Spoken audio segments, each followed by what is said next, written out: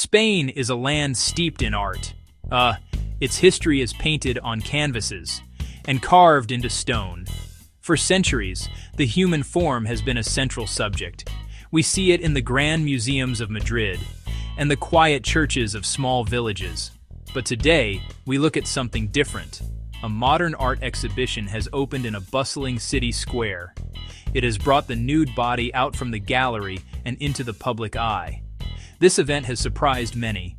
It has also started a quiet but important conversation about art, the body, and the society we live in today.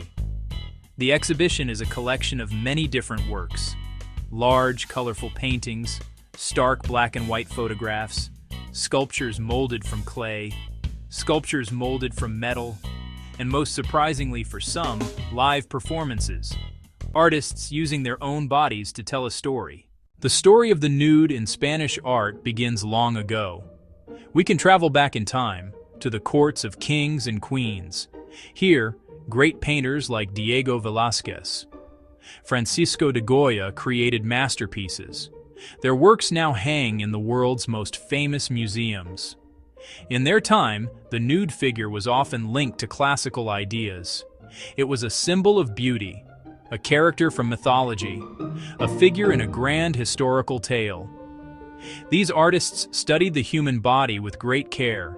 They understood its form, its muscles, and its grace. Their nudes were not seen as shocking, but as a high form of artistic achievement. As the centuries passed, Spanish artists began to use the nude body in new ways. The 20th century brought great turmoil and change. The body was no longer just a symbol of classical beauty. It became a powerful tool for social and political expression.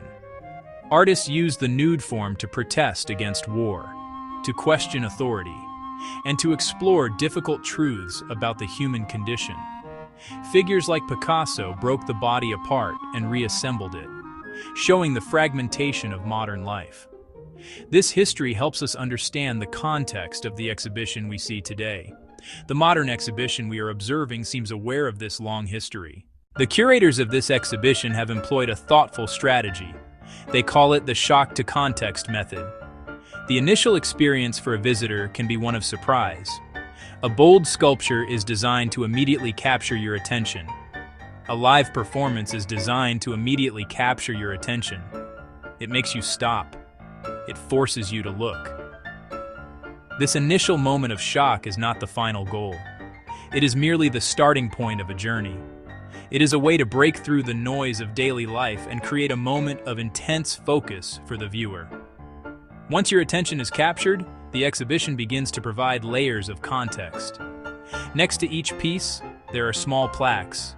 They contain a statement from the artist, explaining their idea and their process. There are also QR codes that visitors can scan with their phones. Close-up of a visitor scanning a QR code on a plaque next to an abstract sculpture in the exhibition. These lead to short videos. They lead to interviews. They lead to historical information. The exhibition slowly guides the viewer from a state of pure reaction to one of thoughtful consideration. The surprise creates the question, what am I seeing? The context helps the person to find their own answer to that question. This method acknowledges that art can be challenging. Instead, it offers tools for understanding. The public reaction to the exhibition has been far from uniform. It has revealed the diverse range of opinions that exist within this community. Many visitors have expressed their admiration for the show's bravery. They see it as a necessary and important event. Artists, students, and many members of the general public have praised the exhibition for opening up a conversation about the body. They feel it presents an honest and unfiltered view of humanity. For them, the nudity is not the main point.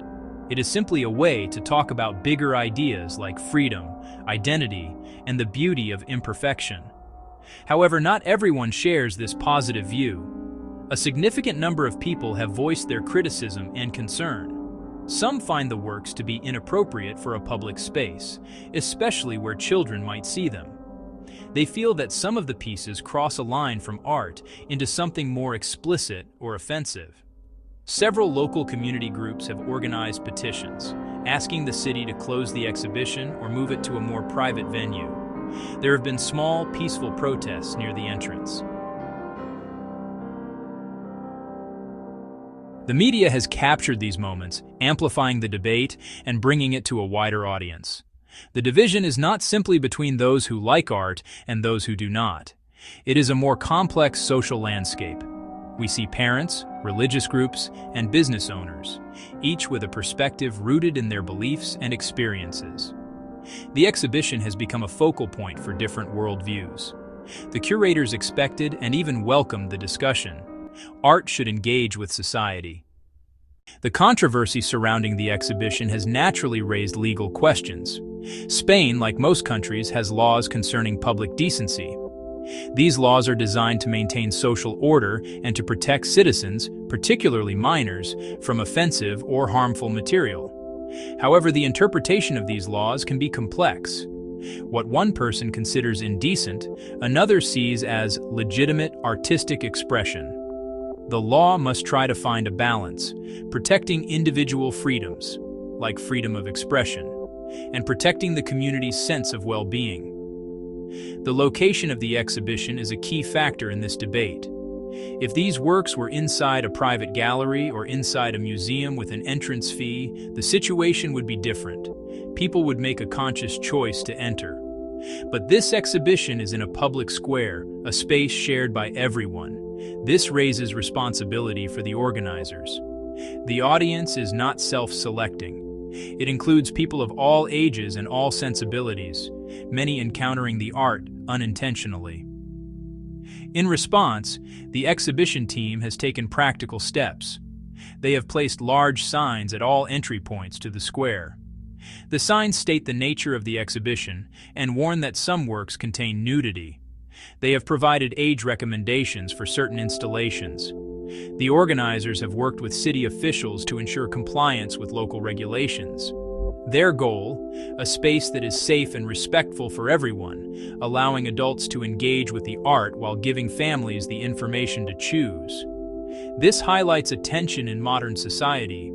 We value freedom of expression. We also want to protect our communities and public comfort. The response isn't about declaring right or wrong. It's about careful negotiation, respecting the artist's voice while listening to the community. To truly understand the exhibition, we must listen to the artists themselves. Many have spoken publicly about their work and their intentions. A recurring theme is that the nudity in their art is not about sexuality. They see the naked body as a neutral starting point, a universal human canvas. By removing clothing, which often signifies social status, profession, wealth, they feel they can show a more fundamental truth about a person. The body becomes a tool to speak about universal experiences, the process of aging, the struggle for power, the nature of memory, the feeling of vulnerability. One sculptor explained her work is about the marks life leaves on us. She uses models of all ages and body types. Wrinkles, scars, unique shapes are central to her art. They tell a story a smooth, idealized form cannot. A photographer in the exhibition spoke about identity. Her portraits of people without clothes aim to see them without the masks they wear. She wants viewers to connect with the person, not the social role. For these artists, nudity is a path to authenticity. The creative process is part of the story. Many artists work with willing, active models. These models are adults who have given informed consent. They are often paid and treated with professional respect. Some models say they felt empowered by the process. They challenged their feelings about their bodies and contributed to art that celebrates reality over fantasy. Their voices add another layer of humanity. Artists urge the public to look beyond the surface. Spend time with each piece and consider the idea behind it. In the end, the exhibition did what great art often does. It held up a mirror to the community. It made people talk. It made people think. It brought deeply held beliefs and unspoken assumptions out into the open. The debate that unfolded in this Spanish city is not just about nudity. It is about how a society negotiates change, new ideas, old traditions. This conversation, with all its disagreements and discoveries, is a vital sign of a healthy and evolving culture. It helps people learn to communicate across their differences.